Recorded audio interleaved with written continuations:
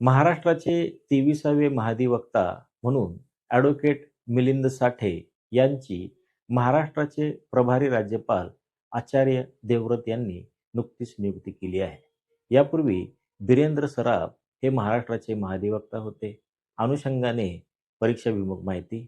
भारतीय राज्यघटनेतील भाग 6 मधील कलम 165 नुसार या पदाची निर्मिती करण्यात येते. या पदावर नियुक्ती आणि या पदाचा राजीनामा दोन्ही राज्यपालाकडे सादर करावा लागतो. या पदाचा सर्वसाधारण परिस्थितीमध्ये असणारा कार्यकाल हा 5 वर्षाचा आहे किंवा राज्यपालाची मर्जी असेपर्यंत ती व्यक्ती या पदावर राहू शकते. सध्या नेमणूक झालेले मिलिंद साठे हे मुंबई उच्च न्यायालयामध्ये 10 वर्ष वकिली करणारे आणि मुंबई बार असोसिएशनचे अध्यक्ष असणारे आहेत.